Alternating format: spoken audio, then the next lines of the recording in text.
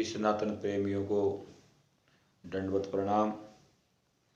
और परसों बुधवार को माघ शुक्ल जया एकादशी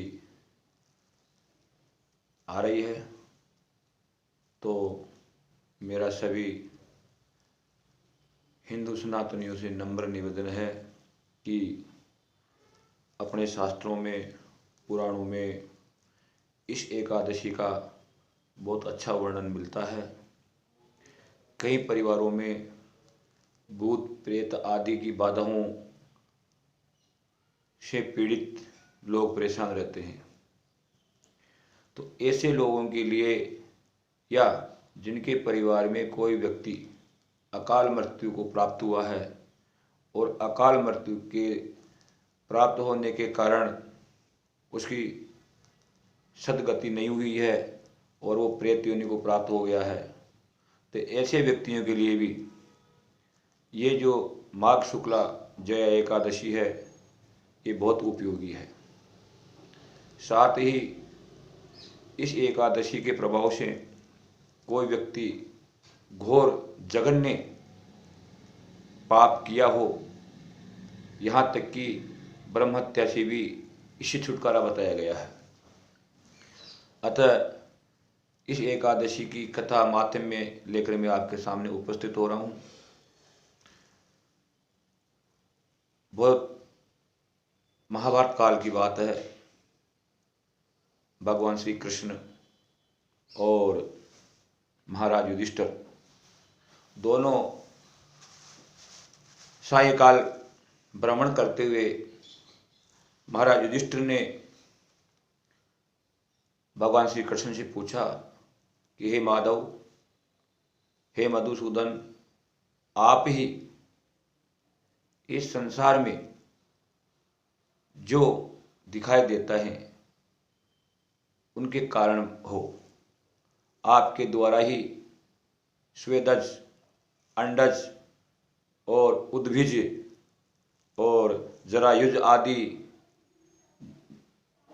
जंतुओं का सृजन एवं श्रृंगार होता है, आपके अलावा कुछ भी नहीं है।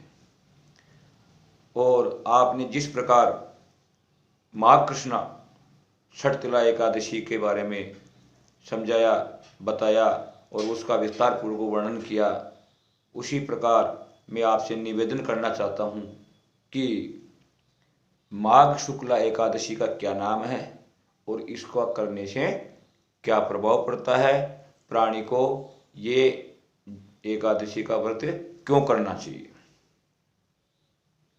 भगवान श्री कृष्ण बोले कि हे धर्मराज युधिष्ठिर, आप साक्षात धर्म की मूर्ति हैं और आप बार बार जन कल्याण के लिए, जनहित के लिए मेरे से आप ऐसे प्रश्न पूछते रहते हैं, जानकारी लेते रहते हैं, और ये प्रश्न भी आपका जन कल्याण के लिए ही है। अतः मैं आपको इस माघ शुक्ला एकादशी, जो कि जया नाम से जानी जाती है, इसके बारे में मैं आपको विस्तार पूर्वक समझाता हूँ, बताता हूँ। इस प्रकार भगवान श्री कृष्ण युधिष्ठिर पर प्रसन्न हुए और उन्होंने बताया कि पूर्व काल में देवराज इंद्र बड़े आनंद पूर्वक स्वर्ग का राज्य भोग रहे थे और उनके राज्य में सभी देवता प्रसन्न पूर्वक अपने अपने काम पर संलग्न थे। एक दिन देवराज इंद्र, जो नंदन वन है, वहाँ पर अपने पशु प्रसिद्ध गंधर्वों, अप्सराओं के साथ विचरण कर रहे थे और उनके साथ जो उनका सुप्रसिद्ध पुष्पदंत और चित्रसेन गंधर्व, वो भी उनके साथ वहाँ पर थे। साथ ही पुष्पदंत की कन्या पुष्पवती और चित्रसेन एवं उसकी पत्नी मालिनी, और मालिनी का पुत्र पुष्पवान, और पुष्पवान का पुत्र माल्यवान। वह भी उस गंधर्व क्रीड़ा में देवराज के साथ नंदनवन को आए हुए थे। जो पुष्पवान की पुत्री पुष्पवती थी, उसका मन माल्यवान पर आ गया और वो माल्यवान को प्रसन्न करने के लिए नाना प्रकार की क्रीड़ाएं करने लगी और माल्यवान के सम्मुख उपस्थित होकर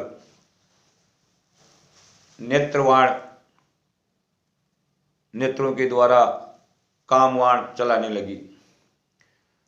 इसकी यह दशा देख करके माल्यवान भी उस पर मोहित हो गए और दोनों एक दूसरे को चाहने लगे। समय पाकर एक दिन देवराज इंद्र को प्रसन्न करने के लिए इन दोनों ने देवराज की सभा में नृत्य किया और दोनों आपस में मोहित होने के कारण लगातार सही नृत्य नहीं कर पा रहे थे। ताल और सुरों का जो समावेश है वो नहीं बैठ पा रहा था। इस स्थिति को देख करके इंद्रराज समझ गए कि इन दोनों के मन में कुछ और ही चल रहा है। अतः क्रोधित होकर के देवराज इंद्र ने जो पुष्पवती और माल्यवान थे उनको श्राप दे दिया कि तुम मृत्युलोक में मनुष्य रूप में जाकर के पिशाच बन जाओ और घोर नरक को वह भोगो। इस प्रकार श्राप को देख करके वह बड़े दुखी हुए और दोनों पिशाच बन करके हिमालय में आ गए। और जो कि पिशाच योनि होती है वो बड़ी विकट योनि मानी गई है। ऐसी योनि के अंदर प्राणी को न तो कोई गंध आती है, न कोई खाने में स्वाद आता है और न किसी प्रकार का रस उनको प्राप्त होता है। यहाँ तक कि एक दूसरे को स्पर्श करने का भी उनको बोध नहीं होता इस योनि के अंदर। ऐसी भयंकर योनि में वो लोग उपस्थित हुए और हिमालय में हमेशा ठंड रहती है तो ठंड से पीड़ित रहे, बहुत दुखी मन से जीवन व्यतीत करने लगे। काफ़ी समय गुजर गया। एक दिन माल्यवान कहते हैं कि हमने ऐसा कौन सा पाप किया था, क्योंकि पिशाच योनि में आते ही उनकी विस्मृति हो गई कि हमने पूर्व जन्म में क्या किया था।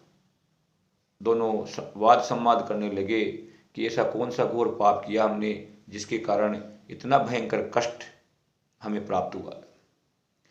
अब हमें आगे कोई पाप नहीं करना चाहिए। ये विचार करके वे बड़े व्यवस्थित ढंग से जीवन व्यतीत करने लगे और संयोगवश माघ शुक्ला जया एकादशी आती है और उस रोज ये लोग कुछ नहीं खा पाए। अनायास ही, उनको ये पता नहीं था कि आज जया एकादशी है और हमको इसका उपवास करना चाहिए या हमको कुछ भोजन आदि नहीं करना चाहिए, लेकिन ठंड के कारण उनके दांत कंपायमान हो रहे थे और बहुत परेशान थे। खाने को कुछ मिला नहीं।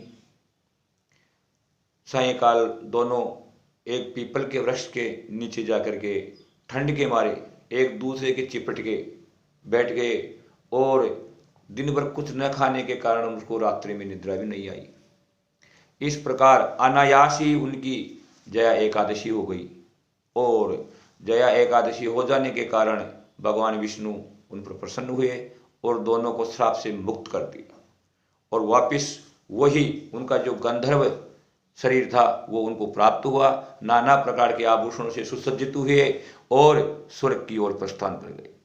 जब वो स्वर्ग में पहुंचे तो देवराज इंद्र को बड़ा अचंभित हुए और बोले कि आप दोनों को मैंने श्राप दिया था और घोर पिशाच योनि में आप कष्ट भोग रहे थे, इतनी जल्दी आप इस योनि को कैसे मुक्त कर पाए। तब उन्होंने बताया कि भगवान विष्णु की कृपा से जया एकादशी के प्रभाव से हमने इस योनि को, उस पिशाच योनि से छुटकारा पाया और वापिस पुनः गंधर्व शरीर को प्राप्त हुए। तब इंद्र ने उनकी सराहना की और उनको कहा कि जो भगवान शिव और विष्णु के भक्त होते हैं वो मेरे लिए भी वंदनीय होते हैं।